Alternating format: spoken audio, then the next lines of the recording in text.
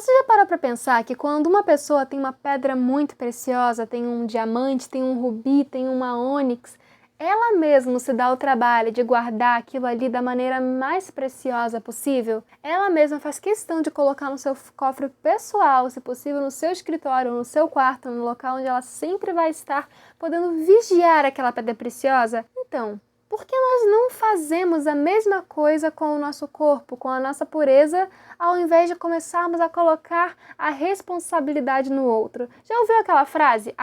Ele que não olhe. Já pensou se o dono do diamante pensasse a mesma coisa? O meu diamante é meu e ninguém tem o direito, legalmente falando, de roubar ele de mim. Então ele vai e expõe ele bem na porta, bem no portão da sua casa, ali de frente para a rua, e vai embora fazer as coisas dentro de casa e deixa o diamante ali, bem exposto para qualquer um ver. Eu acho que você acharia esse dono de diamante um completo lunático de deixar ali, porque é óbvio que alguém vai pegar. Pode ser que alguma pessoa de caráter não pegue, mas outra pessoa mal intencionada não vai perder a chance e certamente vai roubar aquele diamante para si mesma. A mesma coisa é com a nossa pureza. Você é o proprietário do seu corpo, eu sou proprietária do meu próprio corpo. E se eu não me guardar as 7 chaves, e se você não guardar a sua pureza, as 7 chaves, então alguém pode ir roubar, mesmo que apenas com um olhar, a sua pureza, o seu corpo, a sua intimidade. E eu tenho certeza que não é isso que você deseja. Então, se você se interessa por mais assuntos de modéstia cristã, sem perder a sua individualidade, o seu jeitinho próprio, a sua singeleza pessoal, então já se inscreve aqui no canal, deixa a sua curtida e seu comentário, porque eu tenho certeza que você vai se sentir em casa aqui. E é claro, meu nome é Carol, seja muito bem-vinda a mais um vídeo aqui do canal.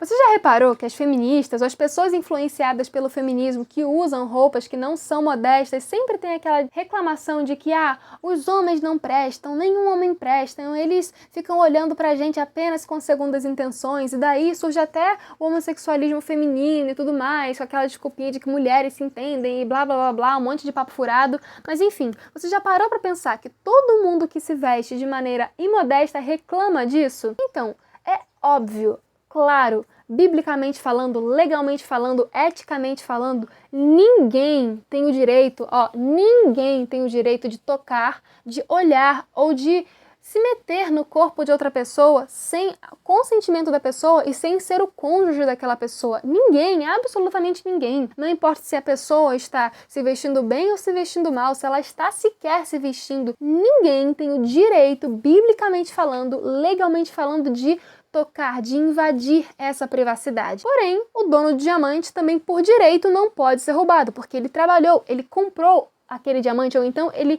trabalhou duro, escavou algum local e achou aquele diamante. Então, ninguém tem o direito de tomá-lo para si sem comprar. Porém, da mesma maneira que o dono do diamante guarda ele as 7 chaves, você, como dono do seu corpo, sabendo que estamos em um mundo cheio de pecado, em um mundo que é pervertido, em um mundo que as pessoas gostam de tomar o que é dos outros para si, então, se eu fosse você, eu me protegeria, eu me guardaria as 7 chaves. E a modéstia, ela é exatamente uma dessas 7 chaves. Claro, você impor respeito é uma outra chave, a consciência de não estar em locais que não são apropriados é uma outra das chaves, mas a modéstia, ela é uma chave essencial para você ser a guardiã da sua pureza, da pureza que Deus te deu. E assim, além de guardar o seu corpo de olhares curiosos, você também vai estar poupando a sua saúde, porque a sua roupa tem muito a ver com a sua saúde, não importa se você mora num local mais frio ou num local mais quente, a sua roupa vai interferir certamente na sua saúde. E é claro, a sua roupa principalmente vai mostrar o seu caráter, se ele é ou não parecido com o caráter de Cristo. No Jardim do Éden, quando Adão e Eva ainda não haviam pecado, eles vestiam com vestes de luzes, com a glória de Deus. E isso mostrava exatamente o caráter deles. Eles estavam puros, santos, imaculados. Não havia pecado naquele local, não havia pecado naqueles corações. E as vestes deles representaram isso. Da mesma maneira que quando eles pecaram e eles foram destituídos da glória de Deus, eles se viram nus. Não porque eles estavam nus antes, eles estavam com roupas, mas não roupas de panos, roupas de luz, roupas da glória de Deus. E nesse momento que eles se viram nus, se sentiram envergonhados, ou seja, o corpo humano nunca foi feito para estar sem roupa, nunca foi feito para andar por aí como viemos ao mundo. Enfim, o corpo humano sempre foi feito para ser protegido. Mas voltando para a questão do caráter, quando eles pecaram, perderam as vestes, ou seja, eles estavam com um caráter podre naquele momento, com um caráter impuro, maculado.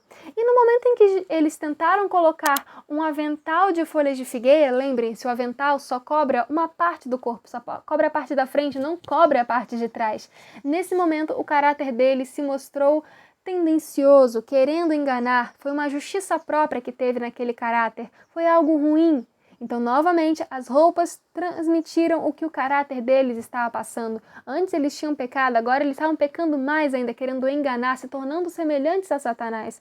Mas no momento em que Jesus veio e ajudou eles a confessarem o pecado e a receberem o perdão, e fez vestes de cordeiro para eles, vestes que certamente eu creio que eram brancas e compridas, não tem nada a ver com esses desenhos aqui. Certamente o cordeiro, por representar a Cristo, era um cordeiro branco, imaculado, representando a pureza, representando o caráter de Cristo, foi feita de uma maneira a cobrir todo o corpo, assim como as vestes de luz faziam. Então ali novamente com o caráter perdoado, com um caráter restaurado, com um caráter que foi sim manchado pelo pecado, mas agora recuperado pelo Salvador, as vestes novamente representaram o caráter daquele casal, representaram o caráter de Adão e Eva, que era agora um caráter remido, um caráter de alguém que estava voltando ao caminho que nunca deveria ter saído. Então sim, as suas vestes falam muito também, a sua roupa vai transmitir o seu caráter, da mesma maneira que quando eu uso um babadinho, quando eu coloco alguma coisa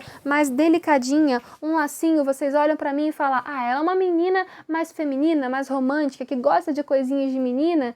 Vocês vão olhar uma parte do meu caráter. Quando você vê que eu sou toda fechadinha, é muito mais fácil você bater o olho em mim e pensar, essa daí é uma cristã, ela pode me ajudar em alguma coisa. Da mesma maneira, quando você olha uma mulher com roupas muito justas, muito curtas, você olha e fala assim, você julga essa pessoa. A roupa, ela, querendo ou não, traz um julgamento sobre si. E a pessoa pode até não ser uma pessoa vulgar no seu caráter, mas as vestes estão transmitindo isso. E provavelmente o comportamento dela pode ser inconscientemente vulgar. Da mesma maneira que quando você olha uma pessoa assim, com cabelo pro alto, com roupas todas pretas, todas rasgadas, você pensa, é um roqueiro, uma pessoa mais rebelde. Pode até ser que essa pessoa ame a Jesus, mas ela pode ser como Judas, amando muito mais ao mundo do que a Jesus.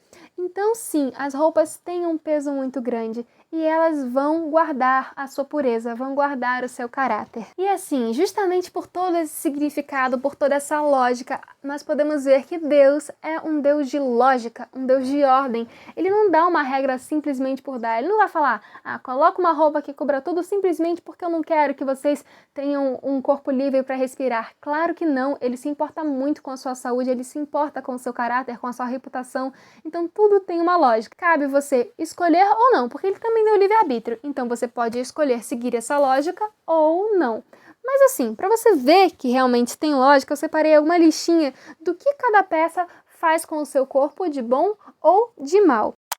Em relação à saia, vocês sabem que eu só uso saia e vestido, embora eu já usei calça muitos anos da minha vida e eu odiava saia e vestido, mas isso é assunto para o meu vídeo de 2019, que eu fiz meu testemunho lá. Enfim, a saia comprida, para que ela serve? Quando uma saia está mais ou menos a 23 centímetros do chão, é um comprimento que, ao você se abaixar, por exemplo, se ajoelhar para orar, quando você levanta, o pé não vai prender no seu vestido, você vai conseguir levantar sem tropeçar, você vai conseguir andar sem tropeçar. Mas da mesma maneira, quando você sentar, o vestido não vai subir, a saia do vestido não vai subir. Ao contrário de quando você coloca algo no joelho, ou acima do joelho, ou até um pouco abaixo no joelho, mas não tão perto da canela, que quando você senta, ele sobe. E quando sobe, o que acontece com a gravidade? O tecido, ele acaba abaixando, e todo mundo que está na sua frente consegue enxergar coisas que não deveriam ser enxergadas, coisas que deveriam ser guardadas por você. E da mesma maneira, saias, vestidos, blusas mais leves, que não são muito apertadas ao corpo, elas vão deixar o seu corpo respirar.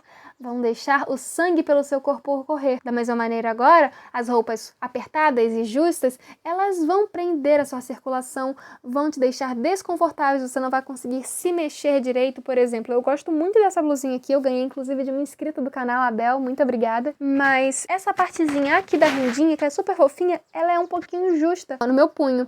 Então assim, como não é um local que eu mexo, né, o punho não tem articulação igual ao pulso. Se fosse no pulso, ia incomodar um pouquinho mais. Aqui ele só fica justo. Mas vamos supor, se ele fosse aqui e eu não conseguisse fazer esse movimento, por mais que a roupa seja linda, seja uma delicadeza, seja do meu estilo, eu não conseguiria usar.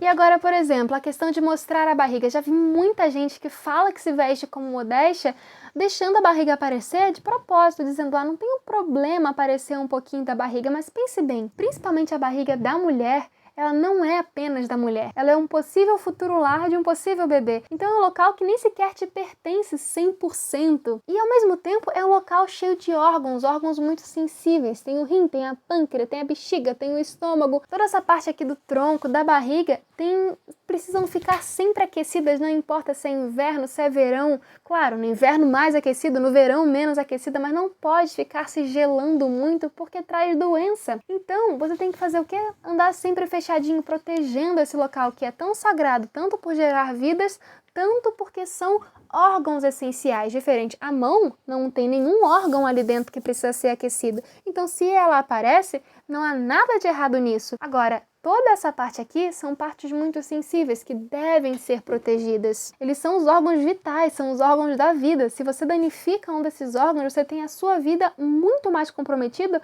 do que se você comprometesse uma mão, por exemplo.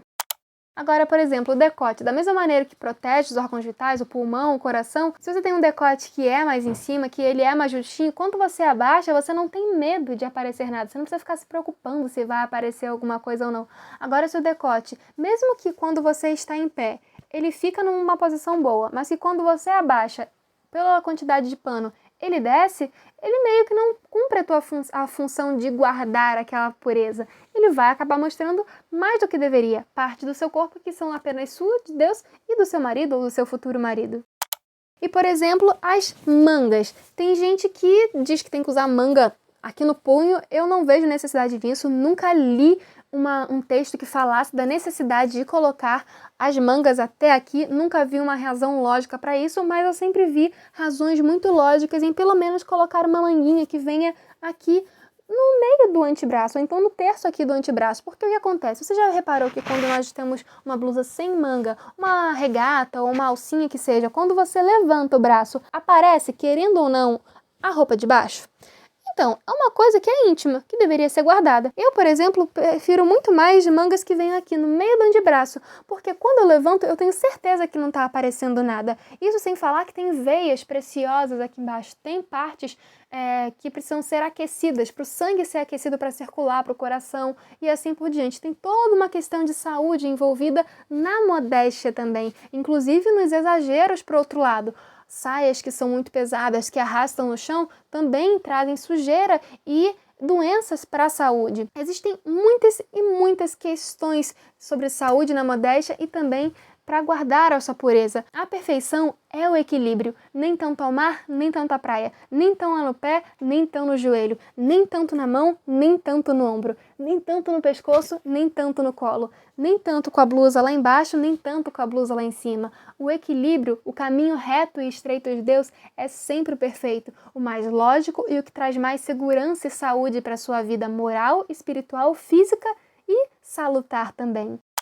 Mas assim, independentemente, você escutou tudo isso, ouviu meus argumentos, não viu lógica nisso, ou então não conseguiu entender a lógica que eu trouxe aqui, saiba que eu não estou aqui para julgar ninguém, muito menos a você, caso você escolha usar coisas que eu não uso, porque tudo isso aqui é de acordo com os meus estudos, com a minha caminhada com Deus. Eu entendo que esse é o correto hoje, embora a minha visão de mundo em relação às roupas já tenha sido muito diferente há alguns anos atrás, mas hoje eu compreendi isso. E eu estou aqui para compartilhar com você esse meu conhecimento, porque caso você queira agradar a Deus, assim como eu, mas não sabe por onde começar, eu estou aqui para te ajudar. Mas caso você escolha caminhar de uma maneira diferente, fique tranquila, porque eu também não sou Deus para julgar. Se você acha as minhas roupas feias, tudo bem. Se você acha o meu estilo cottagecore feio, tudo bem também. Se você quer se vestir com modéstia, com outros tipos de roupas, com outro estilo, também tá tudo bem. Eu não estou aqui para te julgar, eu não estou aqui para julgar ninguém. Cada um tem o seu livre-arbítrio para fazer o que quiser. Mas entenda que existem consequências, querendo ou não. Então, da mesma maneira que existe consequência de pegar um resfriado caso você vá com uma roupa sem manga nenhuma, caso você vá de short e blusa pro meio do Polo Norte, nem resfriado, né? Você vai morrer se você fizer isso. Existem consequências espirituais também. Existem consequências morais. Pessoas mal intencionadas vão ter os olhares atraídos para você caso você esteja com uma roupa imodesta, querendo ou não. Infelizmente é o mundo que a gente vive. Existem consequências. Se eu tenho um diamante precioso, eu não vou esperar que outras pessoas não venham para roubar. Eu vou correr atrás de guardar aquela joia preciosa com 7 chaves. E essa modéstia é uma das chaves para guardar a minha pureza, o meu diamante, vamos dizer assim. Pense bem, a maioria das pessoas que vão te ver na sua vida nunca vão conhecer o seu caráter, nunca vão conhecer o Deus a quem você segue. Mas elas vão ver as suas roupas, e eu espero de verdade que as suas roupas reflitam o seu caráter. E eu te convido a se inscrever aqui no canal caso você queira caminhar comigo nesse caminho da modéstia. Deixe o seu comentário, a sua curtida e, é claro, fique com a graça e a paz de Jesus. E até o próximo vídeo. Tchau!